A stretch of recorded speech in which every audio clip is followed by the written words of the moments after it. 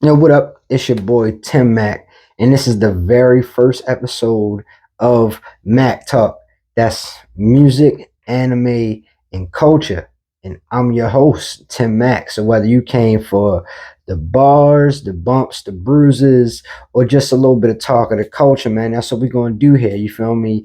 It's a solo podcast. It's just me, no faking, no bullshitting, no games, no gimmick. Just me and you, the audience having a conversation, man. So I appreciate y'all for being here with me for the very first episode. I don't know, I can't say a podcast is something that I've always wanted to do. Um, it's more or less it's become a way to communicate with people and share your thoughts and opinions on things. And I've been on multiple podcasts before as a guest, and I've been asked to tell my story. And I realized that I never once ever tried to take the reins and tell my own story and my own journey. And everything that has shaped me thus far. And I guess is where I'll start off today, man. You feel me? Like, as I said, I'm Tim Mack. I'm currently one half of the hip hop duo Slick Nerd Pro. We got a new single out right now. Um, we each have individual projects. New single out right now, Low Class to Pro Class, is produced by Welcome to D Low Life, man. My man is an amazing producer. You feel me? Me and my partner G Long, we recorded that song at J Rob Studio at House of J Rob. Big shout out to J Rob. You go to J Rob, yo, he always gonna get you right. Possibly the best engineer I've worked with. So I say it all the time, yo. He don't he don't smoke on your clock. He don't drink on your clock, man. He not wasting your time. He's a very efficient engineer, and I enjoy working with you. And I recommend him to as many people as I can. But yeah, me and G laid that song down there. So the new single, Low Class to Pro Class, is streaming on all platforms right now. G Long himself, he has solo songs out. I have solo songs out. Um, so I guess we gotta do a little bit of time travel, man, before we were Slick Nerd Pro. Um, we were a 5-man group. It consisted of myself, G Long, Diesel, Lyricism, and Money Mitch. And at the time, we were going by 364 Circle. And, in my experience with this, it is really hard to manage groups. And the more people that are in the group, the harder it is to manage. You know, um, Everybody has a different personality. You feel me? Like, everybody has a different creative goal. Sometimes it's like you're not having a real difference with somebody. It's just like, yo, we're having a creative difference. You think things should be created one way or they should go in one direction, and I think that they should go in the other. And during that time, we were 364 Circle. I'm gonna say for maybe 3 or 4 years, and the first person to leave the group was Lyricism. Rest in peace. You feel me? Like, he's since passed on, but like, I understand now what I didn't understand then, of how he had a goal and a vision for himself, and he knew where he wanted to take himself and where he wanted it to go. Essentially, you feel me? And he had to take control of that. And if not being a part of 364 Circles, what he had to do that, I understand it now. At the time, I don't think I understood it. You feel me?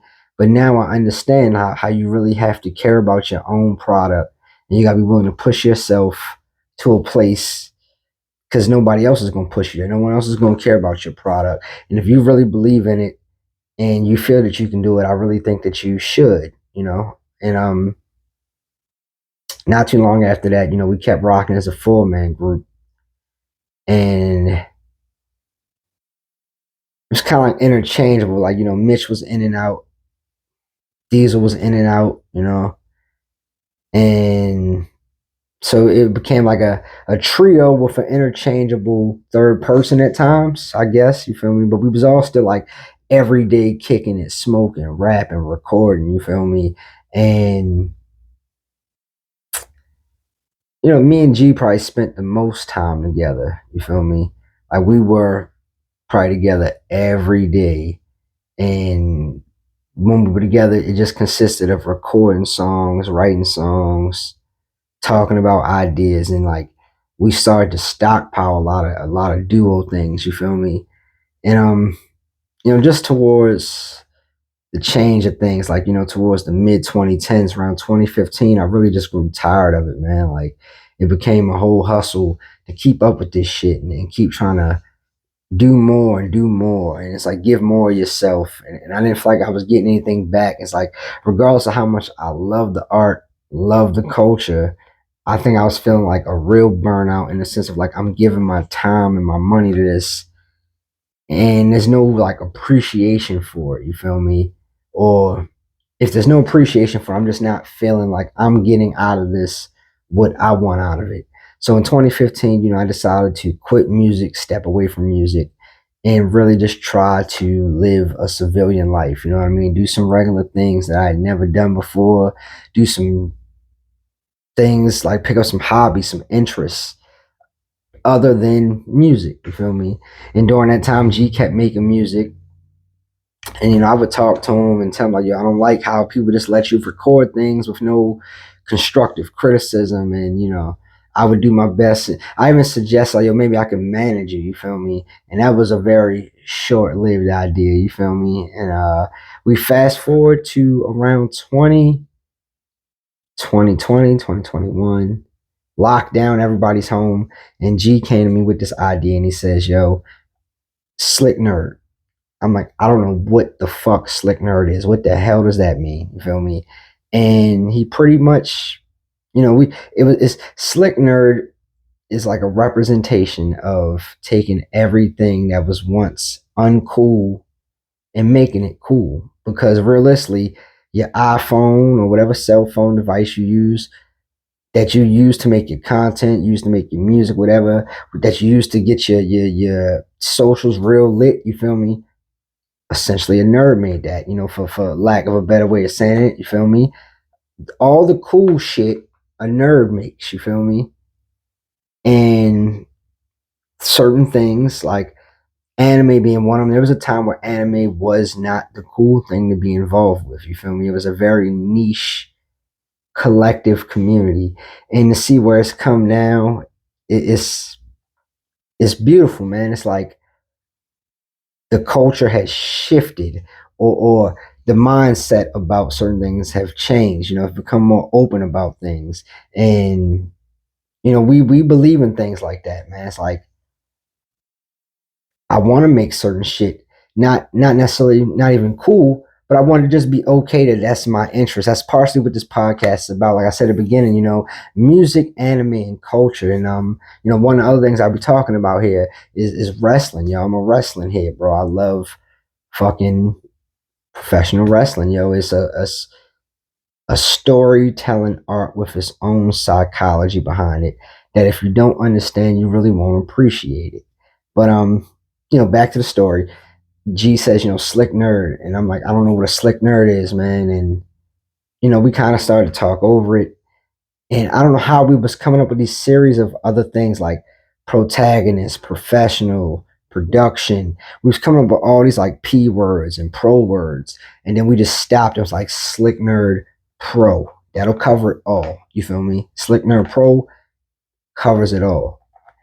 And that was kind of how we became Slick Nerd Pro. You feel me? That was around 2020, 2021.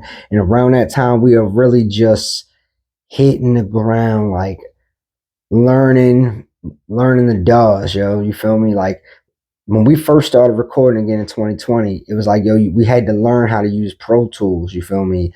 Had to get new laptops, new microphones, fucking new damn near everything, and learn how to use all this new stuff. You feel me? It's like, if any of y'all knew me or followed me back then, you can see the night and day difference in the quality when it comes to certain things. You feel me?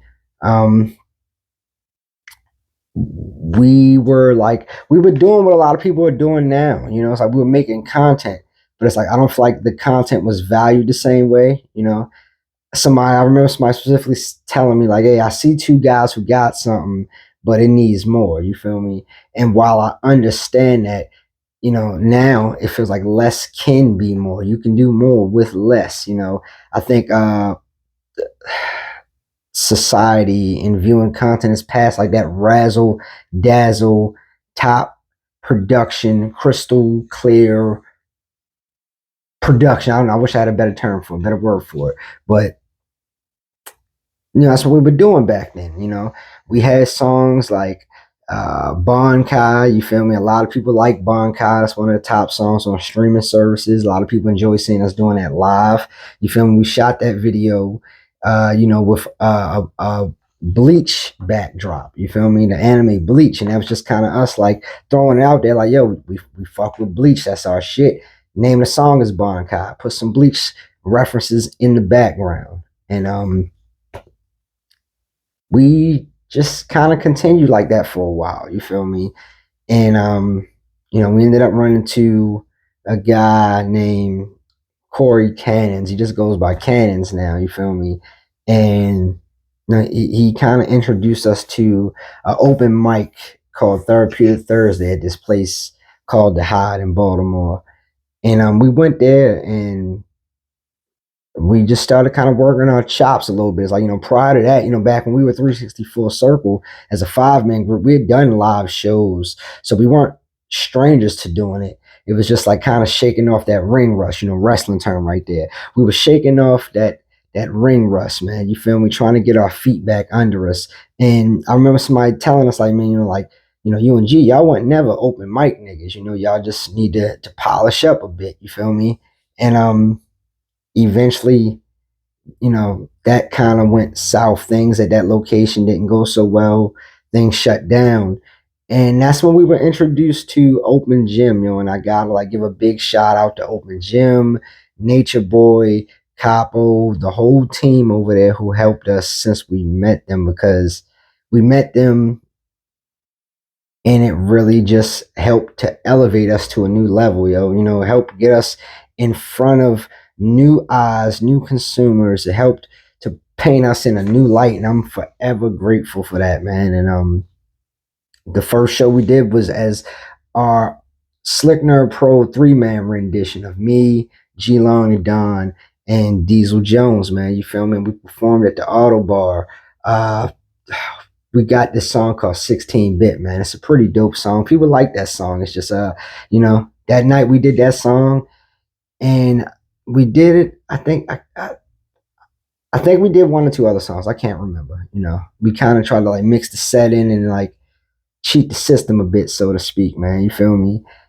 But I think people enjoyed it, and then just from there, fast forward and from 2022 until now, it's like things like really just building my relationships with different people has been the best thing. It's like it doesn't even matter necessarily how good of an artist I am or entertainer. It's like I feel like there's certain areas you can always grow in and get better in, and but you can't really replace those relationships. You can't really just come by those, and you got to be thankful and grateful for when you do get those opportunities through those relationships, and be thankful and grateful for those people who gave them to you. You know what I mean? And I really just that changed things for us, man. You feel me?